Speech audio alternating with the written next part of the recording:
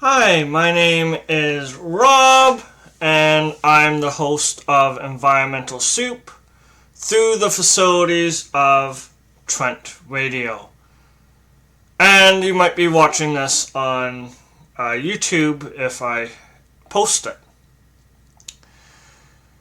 And today I will talk about the new Prime Minister, Mark Carney, and the decision to eliminate the carbon pricing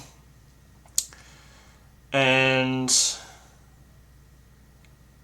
some of the environmental decisions that are predicted or have already happened at the federal government since Mark Carney has become Prime Minister.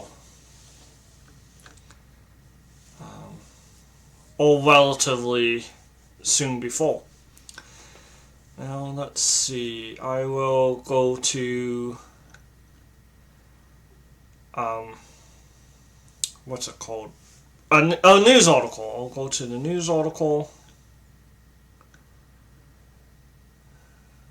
and just switching the screen.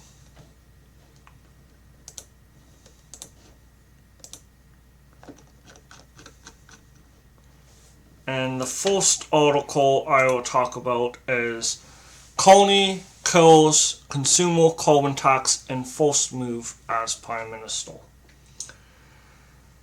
I believe that this is a troubling sign as a first move. It goes into the conservative rhetoric around carbon pricing, and to see the environment oftentimes the environment is targeted first when there's when those cuts the environment is targeted first. Unfortunately. And this is a CBC article by Darren Major, March 14th, 2025. There's a subtitle, Canadians will still receive a final rebate in April.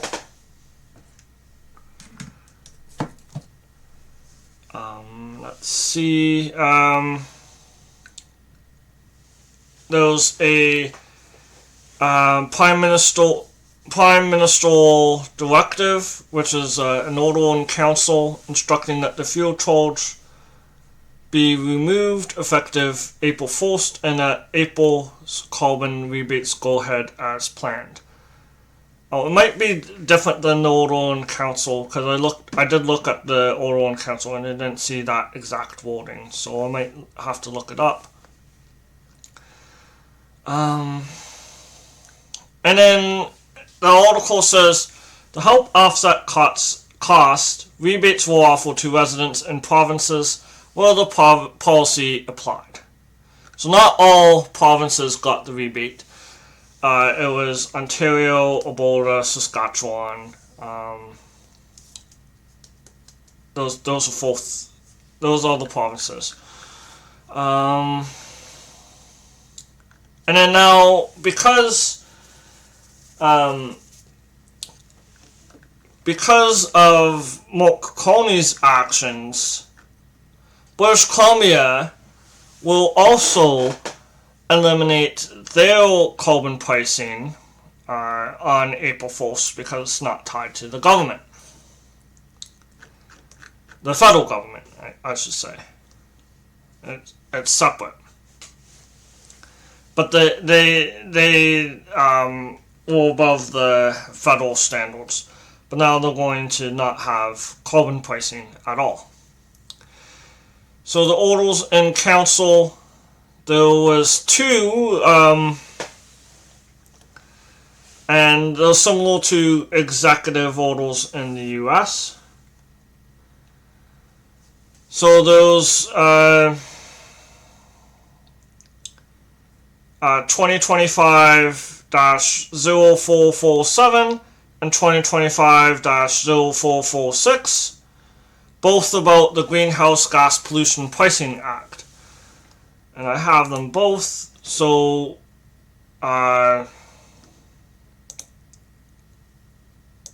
just seeing if my screen works. So it says, Her Excellency the Governor General and Council, on the recommendation of the Minister of Finance, makes the annexed regulation amending Schedule 2 of the Greenhouse Gas Pollution Pricing Act and the fuel charge regulations under Sections 166 and 168 of the Greenhouse Gas Pollution Pricing Act. And the regulations amending, it says regulations amending Schedule 2 to the Greenhouse Gas Pollution Pricing Act and the fuel charge regulations in order to set applicable fuel charge rates for all types of fuel and combustible waste to zero after March 31st, 2025. So the prices are set, there's still a price, but it's zero, because the legislation has not been repealed. It's just how to enforce the legislation is that the price is zero, which effectively means that there is no price. So that's a technicality.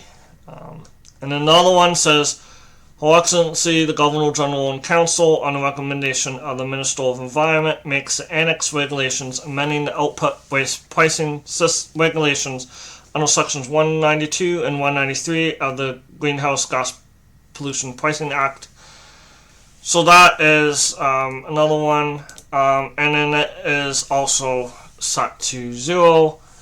That's regulations amending the output-based pricing system regulations in order to ensure that on-site transportation emissions currently reported under the OBPS continue to be reported, and to shorten the compliance period for voluntary facilities where designation as a covered facility is cancelled by the Minister in 2025 to align the compliance period for these facilities to the end when the fuel charge is set to zero.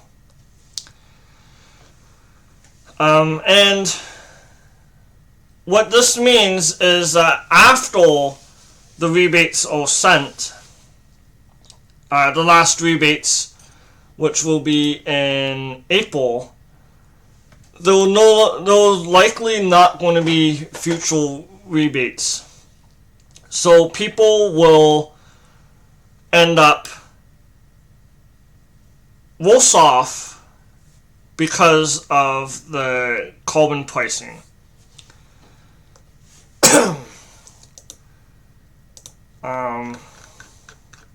Then there is the Canadian Climate Institute has a report removing carbon pricing. It says new analysis. Removing carbon price from gas heating would increase emissions and leave Canadians worse off. By Dave Sawyer and Dave Bugan. I have some highlights, and this is an article from 2023, and this is effectively what they have done. They've removed carbon pricing from gas heating and all forms of consumer pricing. So removing the federal carbon price from natural gas and heating oil together result in higher emissions. It would also worsen affordability, especially to low-income Canadians.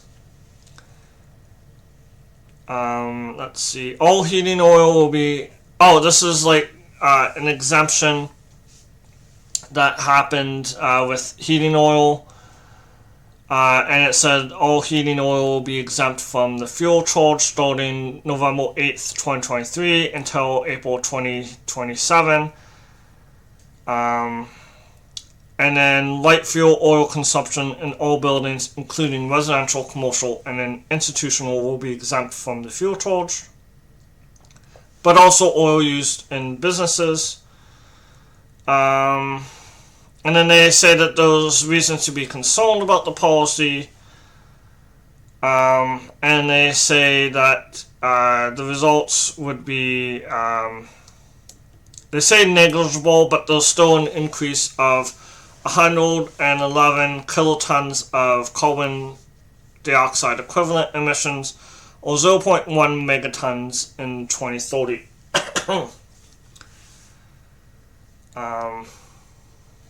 And that's because of the price of oil is already an incentive, but there's less incentive to change to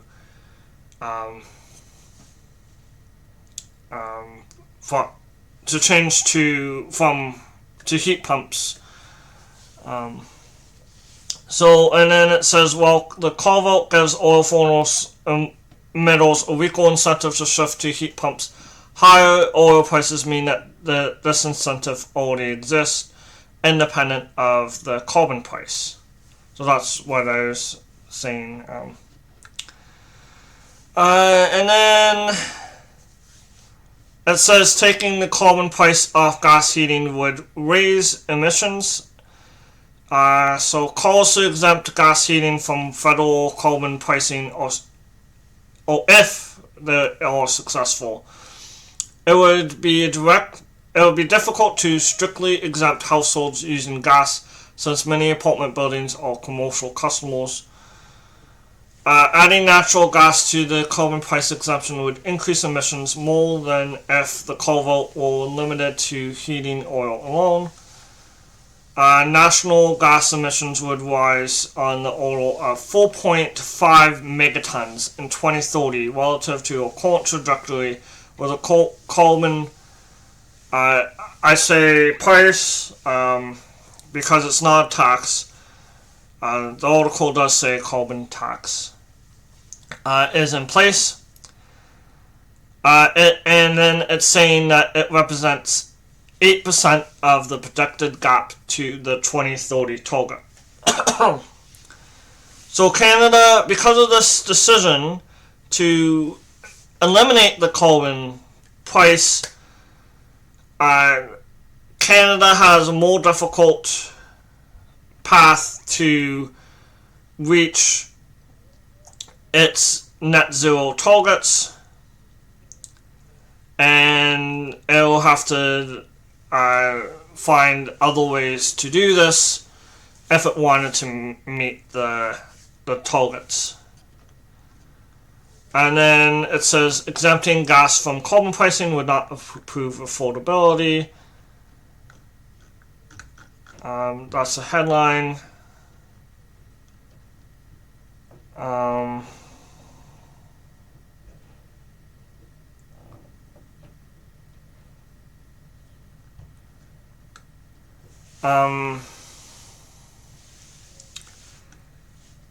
Let's see. I didn't highlight anything else in this article, but I do have another article that talks about the impact. So there's an article in the Pointer called "Canadians are being given muddled information about the carbon levy. The facts are crystal clear. It saves money for most." And this is by Endangered Yadav. I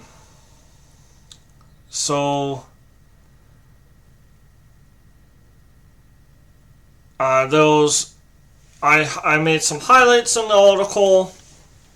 So it says, majority of Canadians confirmed in a recent independent parliamentary report the carbon tax is a net benefit for residents across Peel and the rest of the GTA. And then there's another highlight.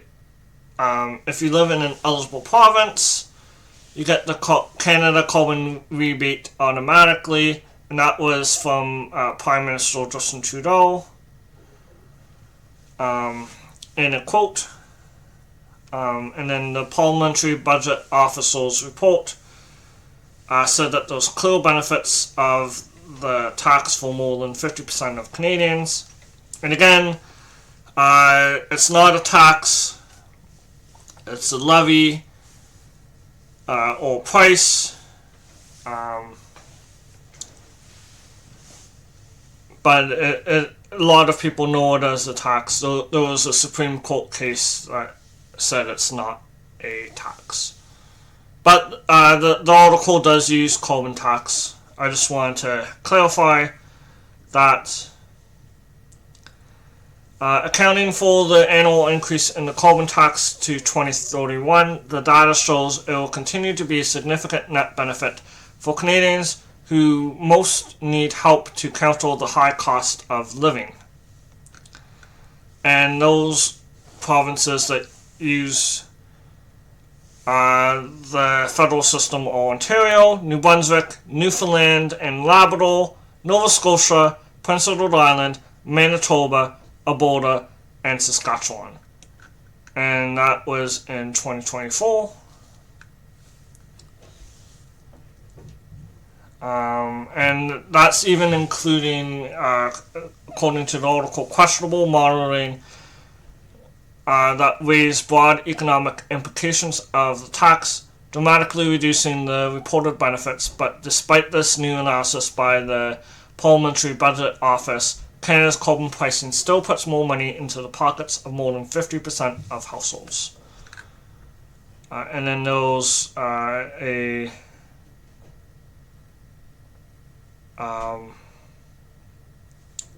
chart of the backstop provinces, and in Nova Scotia, it's called Average Household Net Cost of the Federal Fuel Charge, the Carbon Tax, in 2030 to 2031 by income quintile in dollars and as a percentage of disposable income, fiscal and economic impacts. A negative number is a benefit and a positive number is a cost. So in Ontario, the first quintile, there's negative 540. Second quintile is negative 87.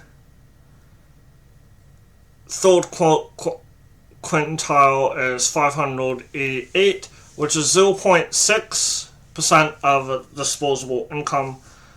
And fourth quintile is 0.7% of income, or $1,085. And so it's not a lot of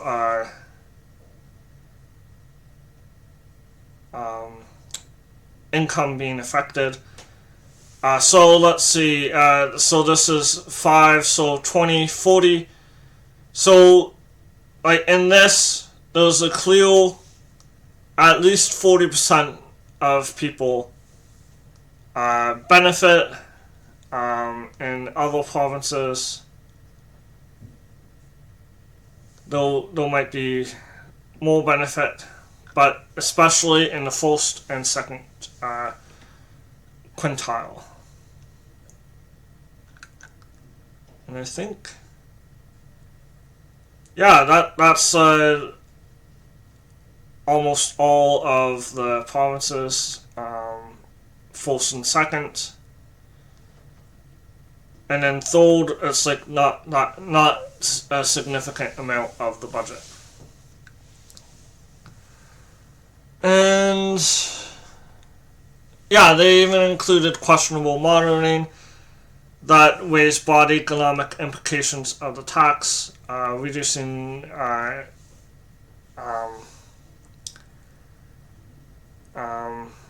the reported benefits. And then they used averages, which if you know about averages can skew the numbers.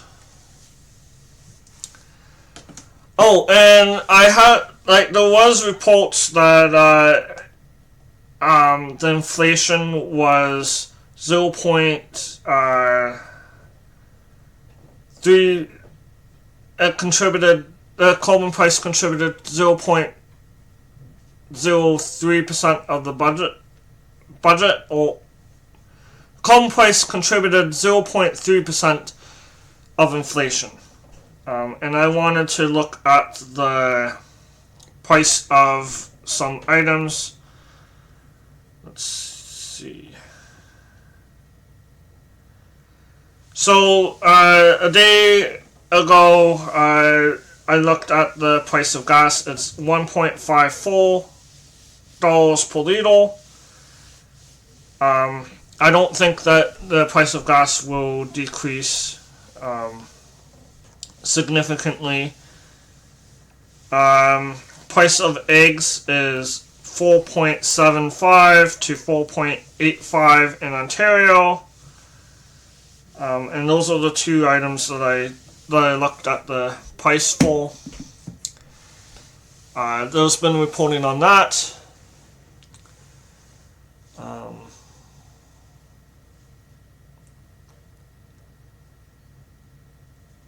And then there's the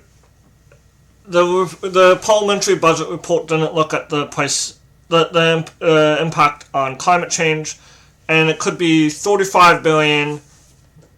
According to the Canadian Climate Institute report, Damage Control Reducing the Cost of Climate Impacts in Canada, and that could be $35 billion in 2030.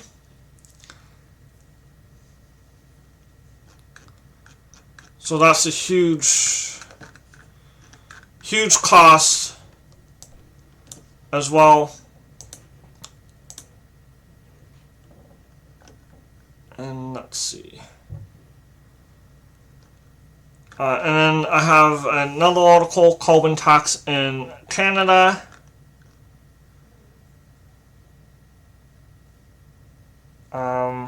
And then according to the federal government, the consumer carbon price currently at 17.6 cents per liter of gasoline.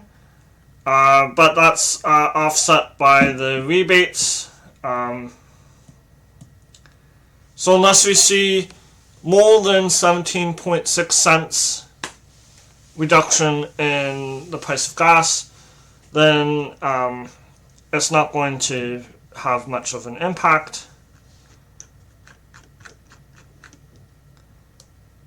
And then this is interesting.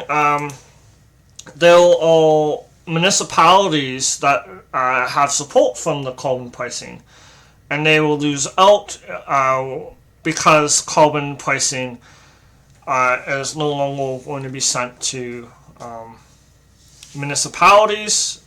It's not as much as the rebates to individuals, but the provinces do get some of that money. And this is about regarding the British Columbia election. It says, don't axe the tax. BC municipalities take a stand on carbon pricing. And this is in the Norway by Shannon Waters. And then it says, mayors and councils from across the province are sending a blunt message to the political parties vying to form government. Don't axe the carbon tax.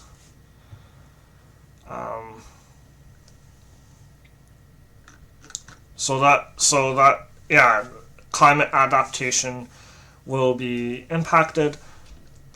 I want to look at some other articles that I have listed. I don't have a lot of time. Those pipelines seem more popular amid Trump's threat, but doesn't make sense to build new ones. Prime Minister Mark Carney has indicated more of a willingness to build pipelines. And pipelines have often been built without the approval of First Nations, indigenous nations. And this article is by Inrat Sai, CBC News. It says Liberals will heavily criticize for pipeline from climate advocates who saw it as the government betraying its emissions reduction goals and giving the oil and gas industries Canada's largest emitter of planet-warming greenhouse gases a massive boost. And it says this seems like a distant memory at the Liberal leaders' debate. And then there's a quote, "A project like Energy East is possible. In fact, it's possible to build a pipeline to Quebec, to the Maritimes from border. I think it's an opportunity for us we should seize," said former central banker Mark Carney, and who is now Prime Minister. Matto Mindenberger, a political science professor at the University of California, Santa Barbara, who studied climate change policy and politics in North America, said that while the political tension with the U.S. has opened up space to talk about pipelines, he still expects any future Liberal leaders to stay focused on the energy transition, something that's been the party's key priority for nearly a decade, and that's what the political science professor said. And then there's been cost overruns with pipelines, and a pipeline will lock in greenhouse gas emissions. So I will go to the next article, which is Carney's cabinet selections clarify climate priorities before upcoming election. And this is in the National Observer by John Woodside. So there was a removal of Stephen Guilbeault, former Environment and Climate Change Minister Stephen Guilbeault, who is the head of carbon pricing, or advocating for it. So that's a negative point. But Terry Duguid previously served as parliamentary secretary, so that might be promising, and Natural Resources Minister Jonathan Wilkinson is still there. Minister Francois Philippe Champagne is advocating for electric vehicles. Those negatives to that, but there is worry that Chrysler Freeland, who was an obstacle to climate action in the Ministry of Finance, is named Minister of Transportation and Internal Trade. And that was dealing with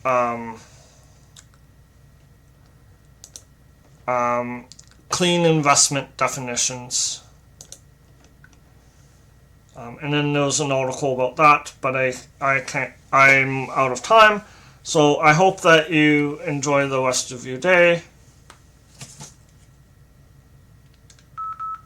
I'm just going to pause the recording. Okay, so I can continue talking about the other articles that I have.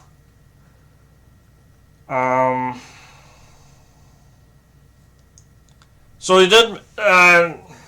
Mark Carney did meet with leaders of NGOs to outline his vision for climate, and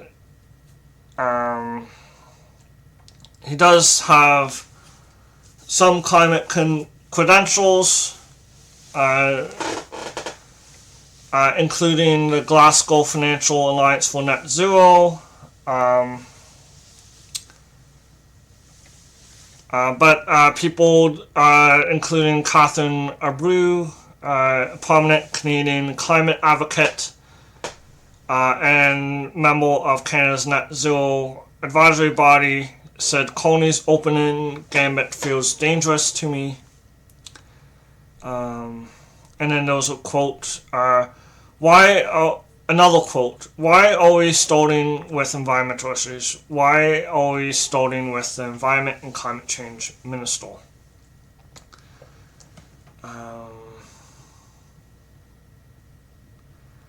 And Caroline Brulette, Executive Director of Climate Action Network Canada, said that even if Carney's cabinet is short-lived with an election on the horizon, the climate crisis poses economic impacts worse than the threat of tariffs from the United States, requiring an all-hands-on-deck approach. And then there's another person,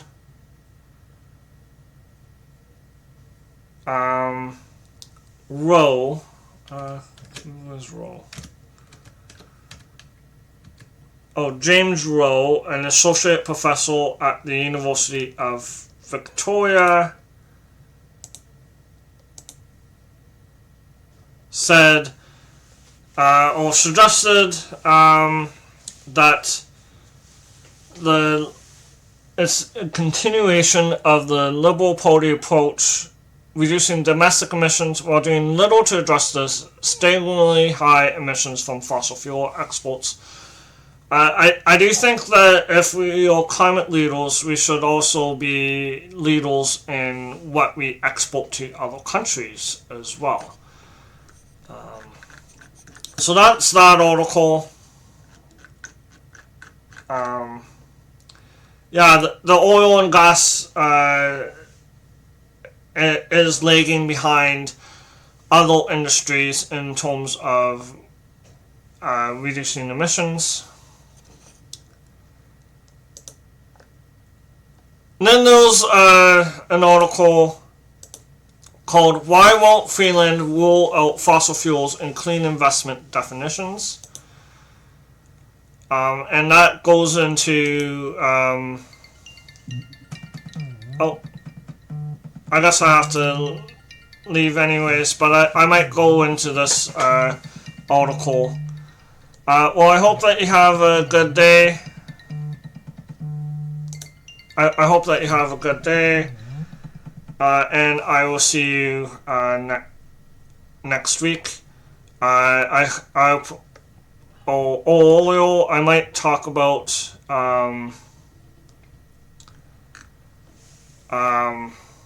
this article. I might talk about something else. Well, bye for now.